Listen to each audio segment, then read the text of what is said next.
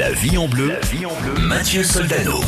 La vie en bleu qui prend soin de vous, qui s'intéresse à votre santé. L'obésité serait grandissante en France. Bonjour Caroline Seguin. Bonjour Mathieu. Vous êtes diététicienne, nutritionniste à Toulouse. Vous êtes comportementaliste et fondatrice et présidente de l'association Les Petits Pois. C'est une association qui aide les personnes victimes du trouble du comportement alimentaire. Alors on s'intéresse à l'obésité. Pourquoi ? Parce que la semaine dernière, l'adresse, c'est la direction de la recherche, des études, de l'évaluation et des statistiques qui dépend du ministère des Solidarités et des Santé qui a publié une étude sur l'obésité chez nos ados. Le constat, il est simple. En 2017, 18,2% de la population serait en surcharge pondérale, dont 5,2% en obésité. Ces chiffres, par rapport à 2009, augmentent de 1 voire 2%. Donc ça veut dire que nos adolescents s'alimentent de plus en plus mal. Oui, ça veut dire que les habitudes sont de plus en plus mauvaises a priori et que l'évolution du surpoids et de l'obésité est grandissante. Dans ces chiffres, ce qu'on constate aussi, c'est que sur ce surpoids, un quart des adolescents devient obèse, ce qui était moins fréquent par le passé. Donc l'obésité est croissante aussi. Comment on l'explique ? On pourrait l'expliquer comme ça, sans regarder l'étude de but en blanc. On mange peut-être mal, il y a plus de tentations qu'avant. Si on regarde il y a 20 ans en arrière, peut-être moins de tentations, moins de publicité, une société qui consomme moins. Aujourd'hui, on consomme de partout, à tous les étages, à toutes les heures. Je crois qu'il y a un peu tout ça, en fait. L'évolution de ces comportements, ils sont liés à l'évolution de nos sociétés, des modes de vie qui changent. Donc, vous avez évoqué plusieurs choses. Et évidemment, cette évolution du surpoids et de cette obésité est multifactorielle. Donc, c'est quelque chose qui est assez complexe et qui, à mon sens, est le reflet plus que de mauvaises habitudes alimentaires, vraiment des mauvaises habitudes de vie de manière générale qui évoluent. Ce qui ressort également de l'étude, c'est que l'évolution de l'obésité, et là pour le coup on peut mettre les mots puisque c'est l'étude qui le dit, elle est marquée par de fortes inégalités sociales. En clair, les enfants d'ouvriers ont une probabilité 2 fois plus importante d'être obèses que les enfants de cadres. Exactement. Donc dans l'étude, les points qui ressortaient, c'est que chez les enfants d'ouvriers, c'est 24% qui sont en surpoids, alors que chez les enfants de cadres, on est plutôt à 12%. Donc il y a vraiment une propension beaucoup plus importante dans les classes moins favorisées. Est-ce que ça remet en cause ce que l'on entend souvent, c'est manger, ça coûte pas, bien manger, ça coûte pas forcément cher? Alors ce que l'étude fait ressortir aussi, c'est qu'indépendamment des finances, il y a 4 points fondamentaux. Alors là, c'est exclusivement ce que définit l'étude, 4 points fondamentaux qui différencient ces classes sociales. C'est par exemple 1, la prise d'un petit déjeuner qui est différente selon les classes. 2, la pratique d'une activité physique, d'un sport. 3, la limitation du temps passé devant les écrans. Et 4, le recours aux soins de santé. Donc ça peut être dentiste, généraliste, ophtalmologiste. Donc on voit bien par là que dans ces points, il n'y a pas uniquement l'alimentation qui est concernée en fait. Bien sûr, l'alimentation est concernée, mais finalement, voilà, c'est toute l'hygiène de vie qui est touchée. Caroline Seguin, vous êtes l'invitée de La Vie en Bleu. Vous êtes diététicienne et nutritionniste. N'hésitez pas, vous, à venir poser vos questions dès maintenant sur France Bleu au 05 34 43 31 31. À partager également vos expériences. Voici France Gall sur France Bleu Occitanie.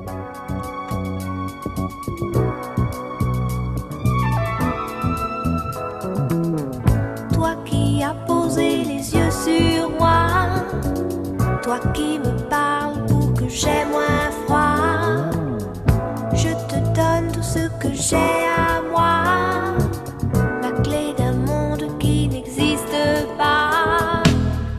Viens, je t'emmène. Comment prévenir l'obésité ? La semaine dernière, l'adresse, c'est la direction de la recherche, des études, de l'évaluation et des statistiques qui dépend du ministère des Solidarités et des Santé, a publié une étude sur l'obésité, notamment chez nos adolescents.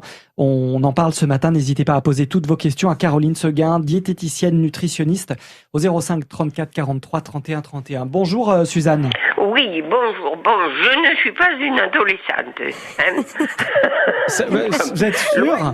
Vous savez, on dit qu'on reste tous des ados et des enfants toute notre vie. Non, je vais avoir 80 ans. Bon, mais le problème, c'est que je fais mes confitures maison. Et donc très peu sucré. Je fais 400 grammes par kilo de fruits. Et j'ai une amie qui m'a dit qu'il fallait pas manger de confiture au petit déjeuner. Or, moi, je mets ma confiture au petit déjeuner et j'achète les yaourts nature ou les fromages blancs et je mets de la confiture dedans à la place du sucre. Est-ce que je suis dans le bon... c'est bon ce que je fais ou pas? Est-ce que vous faites une bêtise? C'est ça votre question. Voilà. Caroline Seguin, est-ce que Suzanne, elle fait des bêtises le matin en faisant son super petit-déj avec sa confiture maison? En tout cas, Suzanne nous donne bien envie.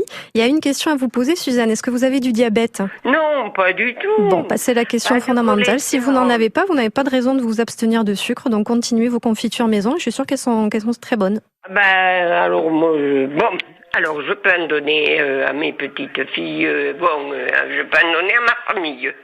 Sous réserve qu'il n'y ait pas de contre-indication médicale qui interdisent l'apport en sucre, notamment le diabète, par exemple.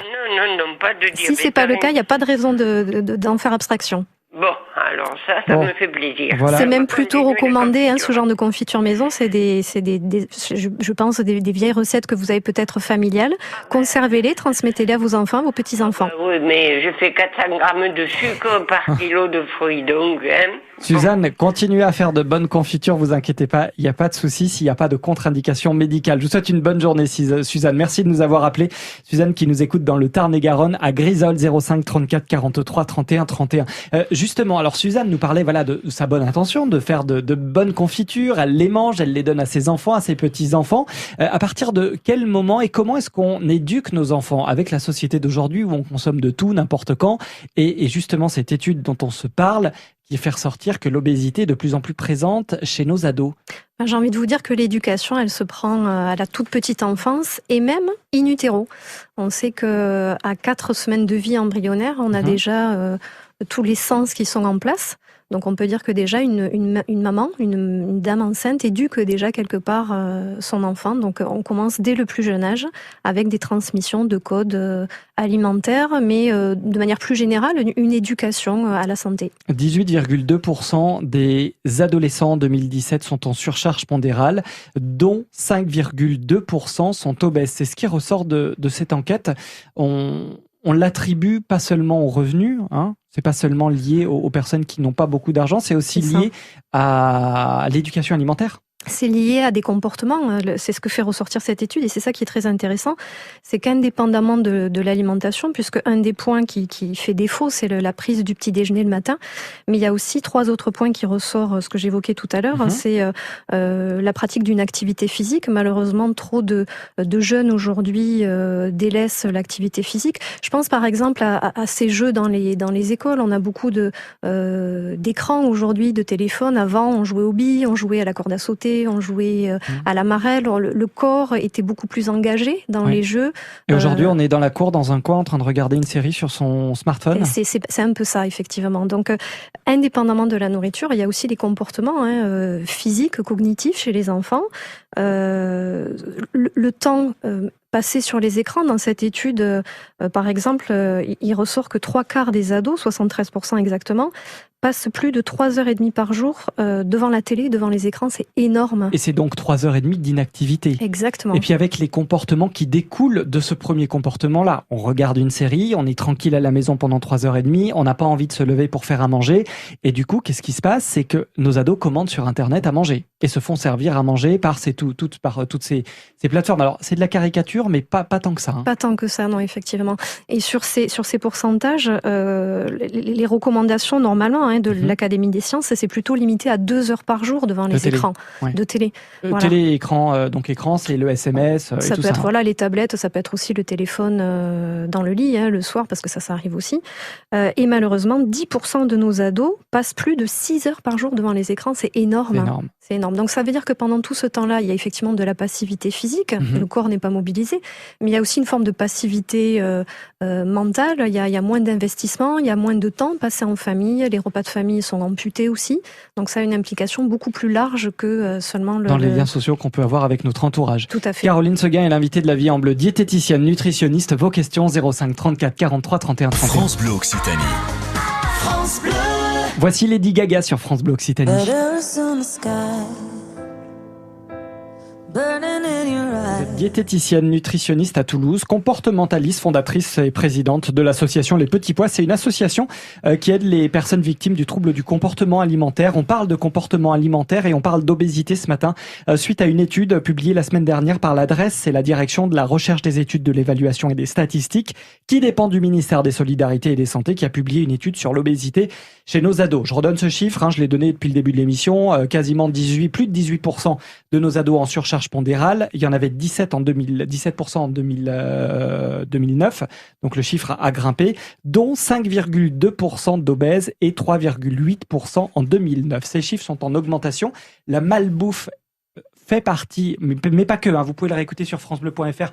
Ce que l'on s'est dit, c'est que cette obésité, elle est due à beaucoup de choses, à nos comportements alimentaires, à nos comportements d'une manière générale, à nos hygiènes de vie, aux écrans, au temps que l'on passe moins ensemble. La malbouffe, tous ces fast-foods-là, est-ce qu'ils sont aussi responsables de cette obésité ?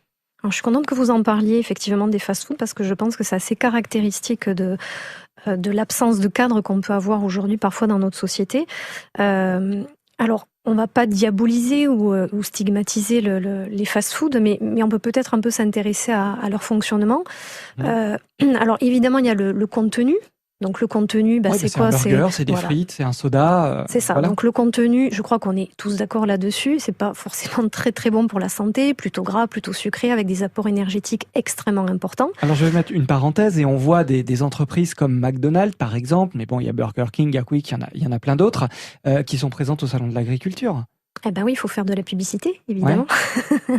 Ils sont même présents à l'hôpital. Donc, évidemment, on va favoriser la communication et tout ce qu'on peut sur l'hygiène de vie.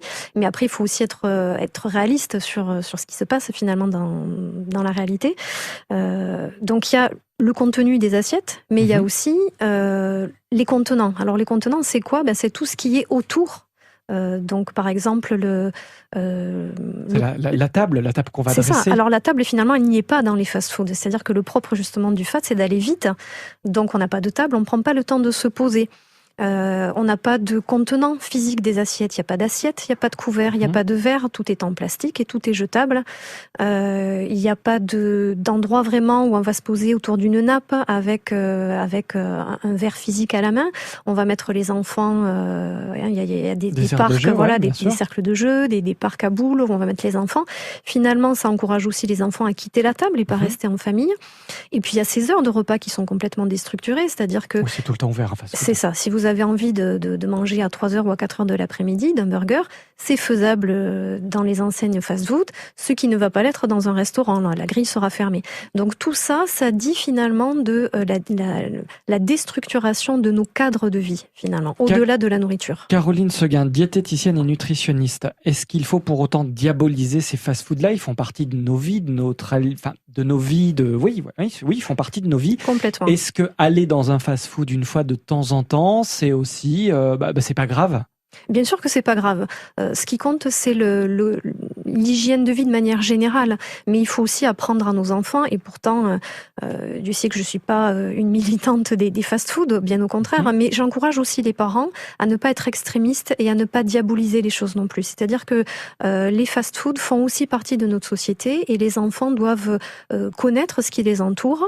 Donc aller une fois de temps en temps, alors une fois par mois, une fois tous les 15 jours ou pour une occasion particulière, parce qu'on n'a pas trop le temps, parce que c'est à côté d'un magasin qu'on apprécie, ça peut tout à fait être faisable. Puis dire à nos enfants que le plaisir, ça peut aussi bien être un fast-food ce midi ensemble parce qu'on le mange de façon sympa et que le plaisir, il est tout autant important le soir quand on va manger des courgettes ensemble, des carottes, on va découvrir des aliments. C'est tout ça. Exactement. Je pense qu'il faut être partisan de l'équilibre quand même. Merci d'avoir été l'invitée de La Vie en Bleu, Caroline Seguin. Donc, peut-être quelques règles très importantes pour nos enfants, nos adolescents. On va dire 3 repas par jour. Pour les ados, un goûter supplémentaire. Ouais. On parlera goûter d'ailleurs tout à l'heure à 10h sur France Bleu. Très bien. On va dire du temps en famille. Essentiellement le soir, essayer de passer des moments sympas à table, pouvoir parler de la journée et mettre du cadre, surtout du cadre et de l'équilibre. Je rajouterai pas de téléphone à table. C'est pas mal. C'est important ça. Merci Caroline Seguin. Merci à vous. Diététicienne, nutritionniste à Toulouse, comportementaliste et fondatrice et présidente de l'association Les Petits Pois. C'est une association qui aide les personnes victimes du trouble du comportement alimentaire. Je reviens sur le téléphone à table. Il y a toujours un SMS qui arrive en fait qui est hyper important quand on mange et non, c'est pas grave en fait. Si le téléphone n'est pas à table, on le verra pas. Donc on attend peut-être d'être sorti de table pour répondre au SMS. Merci Caroline Seguin. Bonne journée. Merci Mathieu.